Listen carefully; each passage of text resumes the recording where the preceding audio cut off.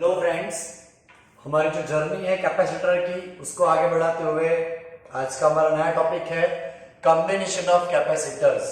Okay, combination of capacitor में हम we can connect capacitor in several veg.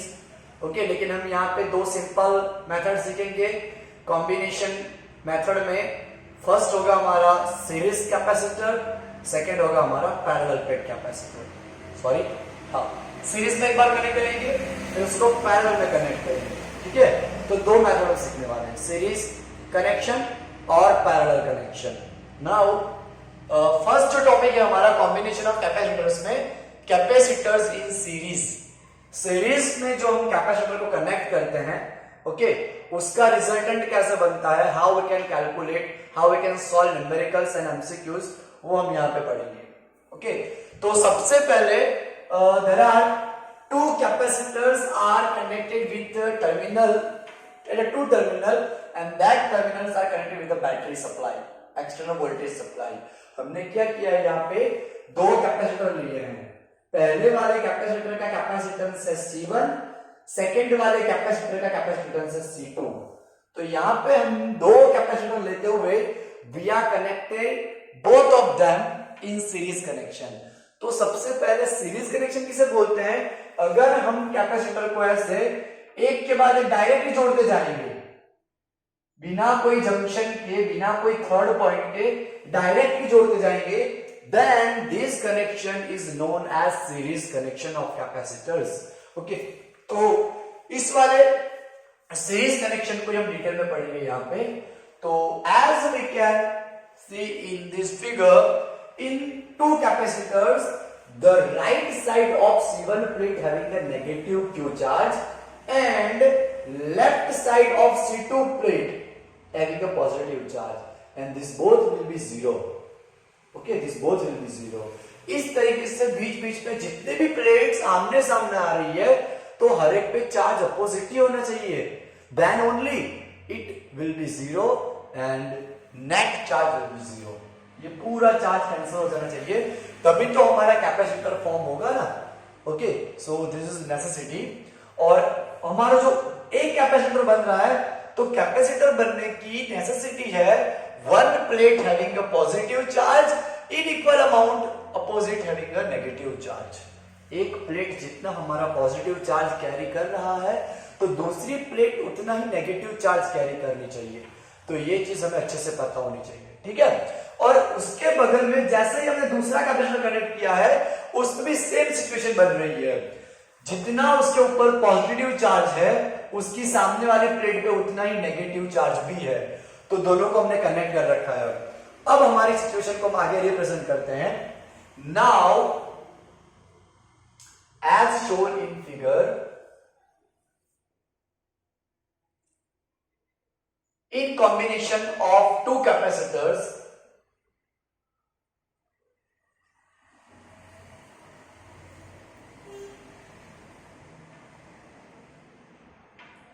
both having different potential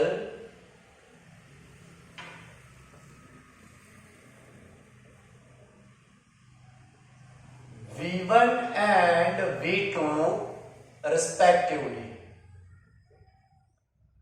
इसके ऊपर हम क्या कर रहे हैं, V1 पोटेंशियल अप्लाई कर रहे हैं, अप्लाई हुआ, और इसके ऊपर V2 अप्लाई हुआ। एक चीज जो आपको ध्यान में रखनी है कि इन series connection of capacitor, charge always remain constant on each capacitor. सारे कैपेसिटर, जितने भी कैपेसिटर हमने कनेक्ट किए हैं, उन सारों के सारों कैपेसिटर पे Q चार्ज हमारा कैसा रहेगा, कांस्टेंट रहेगा। That always will be constant। Okay, वो कभी भी चेंज नहीं होगा। That always remain constant। तो यहां पे हमारा जो टोटल पोटेंशियल बन रहा है, total potential that will be V is equal to V1 plus V2। Okay, this is our total potential। Okay, total potential हमारा V is equal to V1 plus V2 बना। अब बट इसको हम equation number 1 ले लेते हैं, but Q is equal to C1V और C1V1, क्योंकि पोटेंशियल तो इस पे V1 है। तो अगर इस पे से हम V1 को सब्जेक्ट बना लेंगे तो C1 हमारा नीचे की तरफ आ जाएगा। And similarly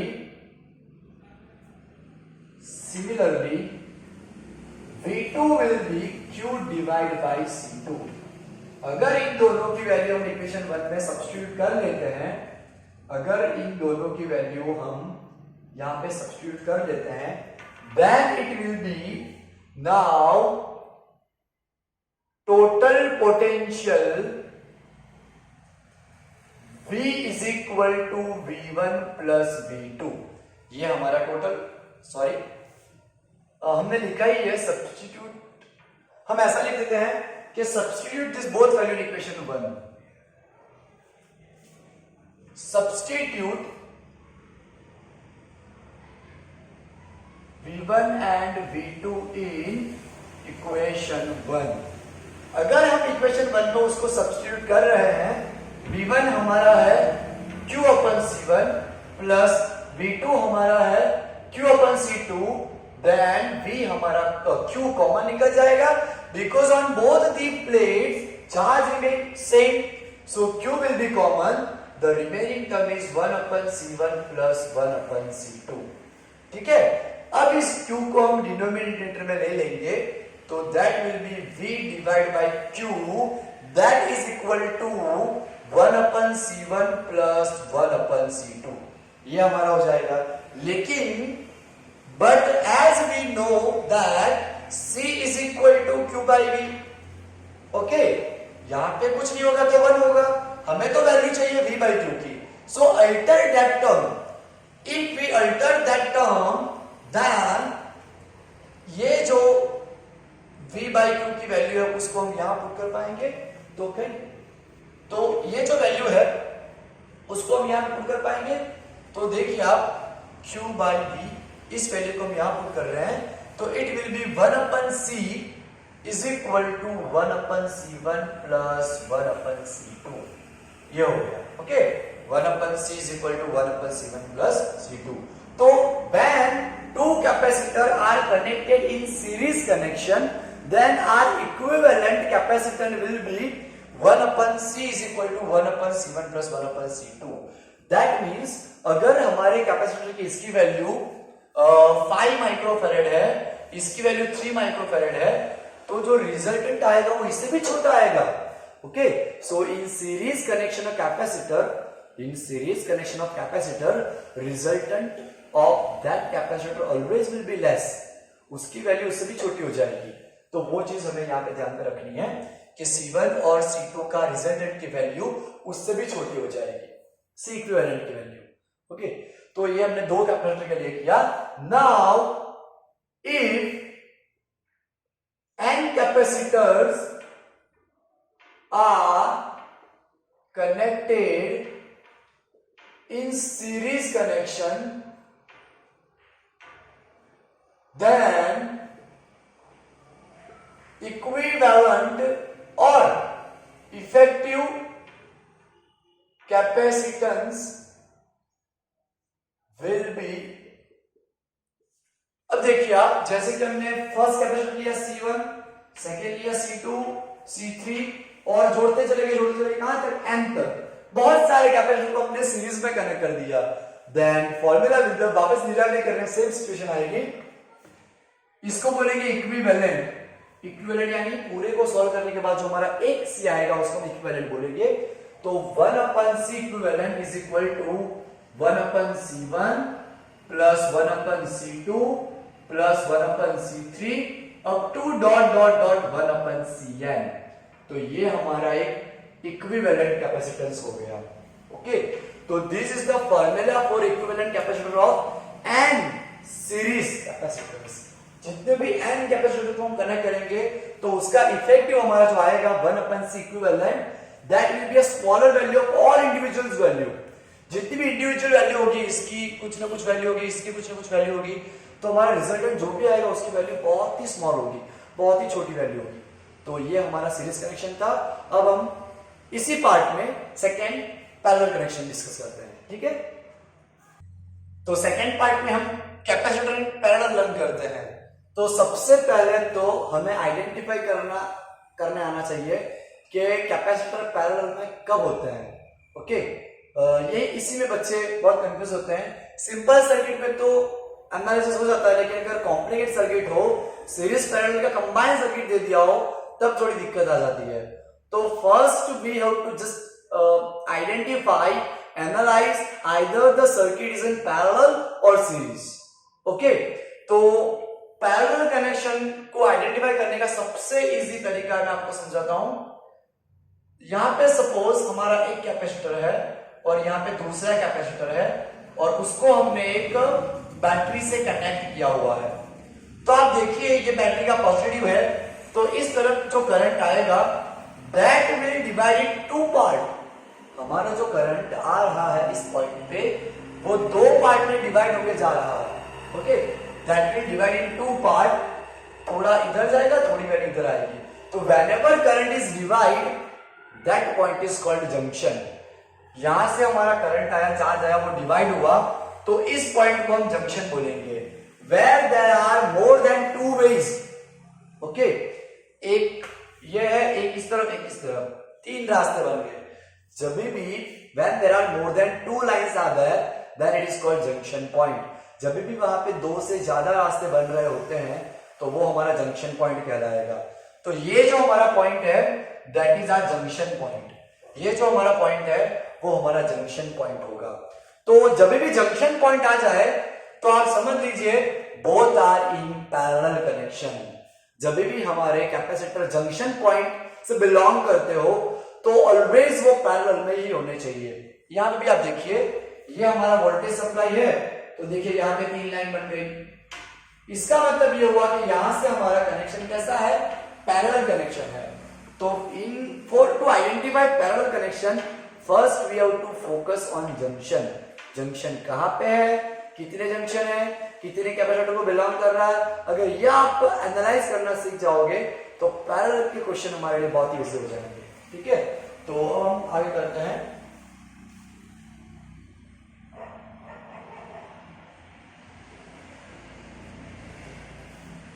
now for parallel combination of two capacitor, ये हमारा C1 है, ये हमारा C2 है। You can see in diagram that on first capacitor it having a Q1 charge. On left side positive Q1, on right side it is minus negative Q1. Okay? और जो दूसरा capacitor है उसके left side हमारा positive Q2 है और उसके right side हमारा नेगेटिव Q2 है। ओके, तो इसमें भी क्या है, एक हमारा पॉजिटिव Q2, एक हमारा नेगेटिव Q2। उस पर हमने चार्ज स्टैब्लिश किया, लेकिन both having a different charge. इसमें हमारा Q1 चार्ज है तो इसमें Q2 चार्ज है। Both having a different charge. It is not mandatory that it both should have different charge. It may be same भी हो सकते हैं, डिफरेंट भी हो सकते हैं, लेकिन डिफरेंट ही हो, सेम ही हो, ऐसा कोई कंडीशन नहीं है। ओके, डिफरेंट चार्ज है यहाँ पे Q1 और Q2, तो डिफरेंट भी हो सकता है, सेम भी हो सकता है, depend on question, it depend on situation. Okay, तो now as shown in diagram,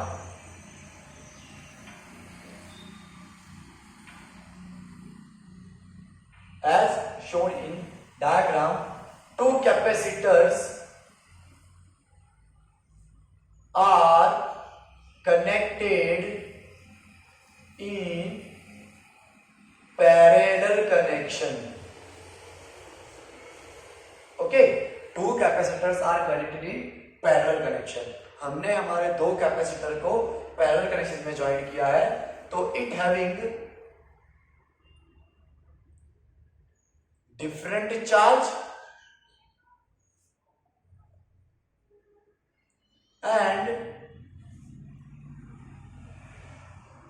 capacitance but equal potential. ये बहुत ही इंपॉर्टेंट पॉइंट है। In parallel plate capacitor potential always should be equal. हमने यहां पे अगर 10 वोल्ट का सप्लाई अप्लाई किया तो इसको भी 10 वोल्ट मिलेगा, इसको भी 10 वोल्ट मिलेगा। चाहे 20 कैपेसिटर हो तो सारों को 10 वोल्ट मिलेगा। ओके, तो you should know that whenever supply is connected with any of voltage, then all capacitor get equal value of voltage. सारे कैपेसिटर को इक्वल वैल्यू मिलेगी वोल्टेज की। ओके, जितने भी कैपेसिटर हम कनेक्ट कर रहे हैं सारे कैपेसिटर को इक्वल वोल्टेज मिलेगा। तो ये चीज हमें पता होनी चाहिए। तो यहाँ पे जो पोटेंशियल हमारा हो रहा है, पोटेंशियल तो क्या इक्वल है, यहाँ पे चार्ज डिफरेंट डिफरेंट है। तो according to total charge, according to total charge, Q is equal to Q1 plus Q2. Okay, but as we know the formula, C1 is equal to V upon Q1. ये formula रहेगा हमारा, sorry, Q upon V1, Q1 upon V। V तो हमारा potential का common आ रहा है। And similarly C2 is equal to Q2 upon V, potential same आ रहा है। तो अब हम क्या करेंगे, अगर Q1 को सब्जेक्ट बना ले तो इट विल बी C1V, और यहां पे अगर हम Q2 को सब्जेक्ट बना ले तो that will be C2V। Now we can substitute the value of Q1 and Q2 in this equation. इस इक्वेशन में हम रख देंगे ये जो वैल्यू है हमारी Q1 और Q2 की value, that we can substitute in this equation. Okay, equation 1 बोल देते हैं, by substituting value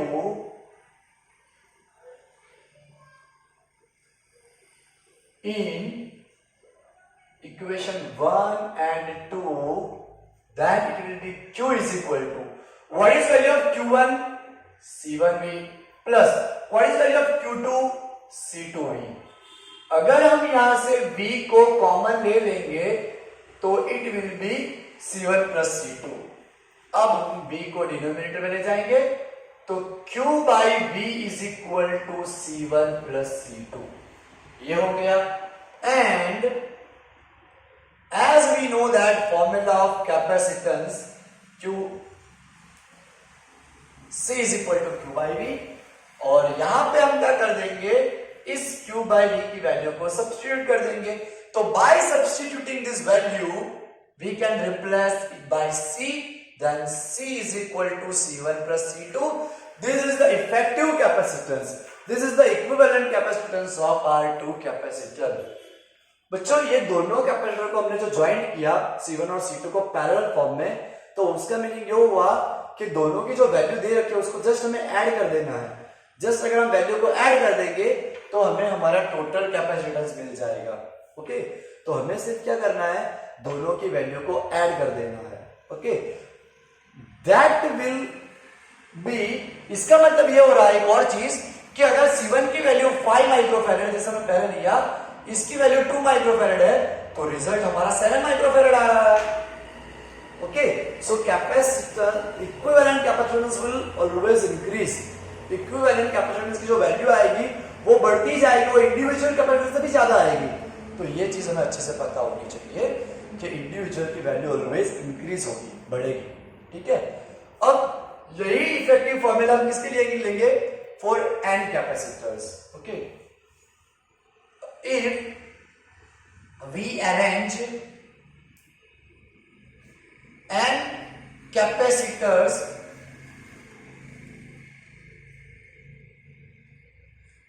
connected in parallel form,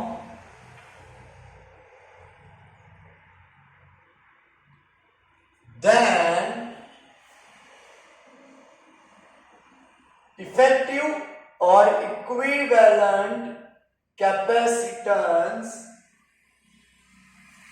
will be, क्या हो जाएगा, C equivalent is equal to, directly लिख रहा हूं, we know that कि इसी तरीके से हम उसको डिराइव कर पाएंगे।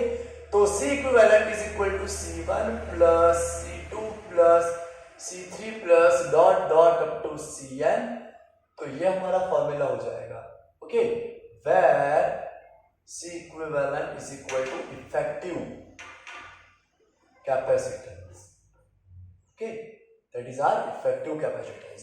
यहां पे आप देखिए, ये हमारी first plate, second plate, sorry यहां पे नेगेटिव चार्ज आएगा, ये हमारा नेगेटिव चार्ज आएगा।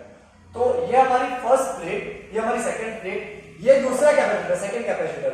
तो वैसे हमने क्या किया, एक कनेक्ट किया, दूसरा कनेक्ट किया, अब देखिए जंक्शन मिल रहे हैं, यहाँ पे भी कैपेसिटर पे कैपेसिटर में कनेक्ट किया हमने। ओके, तो अगर हम बहुत सारे कैपेसिटर कनेक्ट कर लेंगे तो उसका जो इफेक्टिव बनेगा C equivalent that will B C1 plus C2 plus C3 plus dot dot dot to Cn। याद रखिएगा, यहां से गलती से मेरे प्लस लिख दिया था, लेकिन यहां प्लस है तो यहां माइनस आएगा। This is the condition to form a capacitor. Capacitor form होने के लिए तभी तो हमारा जो कैपेसिटर वो एनर्जी को स्टोर कर पाएगा ना। अगर इलेक्ट्रिक फील्ड पॉजिटिव में से निकलेगा, नेगेटिव में एंटर करेगा, तभी तो एनर्जी स्टोर होगी। अगर आप यहां पे पॉजिटिव लोगे तो इलेक्ट्रिक फील्ड तो कैंसिल कर देगा। ओके, तो ये चीज हमें पता होनी चाहिए यहाँ पे, ठीक है। और एक वापस चीज रिपीट कर रहा हूं कि in parallel plate capacitor what remain constant? potential remains same। Potential हमारा चेंज नहीं करेगा, जितना इस पे है उतना ही इस पे रहेगा, चाहे आप कितने भी कैपेसिटर जोड़ दो। ओके, चाहे आप कितने भी कैपेसिटर पैरेलल में जोड़ दो, all having the same potential, सबका पोटेंशियल सेम रहेगा। तो ये चीज आपको ध्यान में रखनी है। And the equivalent capacitance having a maximum value, जितने भी कैपेसिटर जुड़े होंगे उन सबकी वैल्यू ऐड होती जाएगी और रिजल्टेंट जो हमें मिलेगा उसकी वैल्यू सबसे ज्यादा होगी। ठीक है, तो ये हमने एनालाइज किया सीरीज कैपेसिटर और पैरेलल कैपेसिटर को। तो इसकी जो फंडा है वो आपको बहुत ही काम आएंगे। Thank you everybody.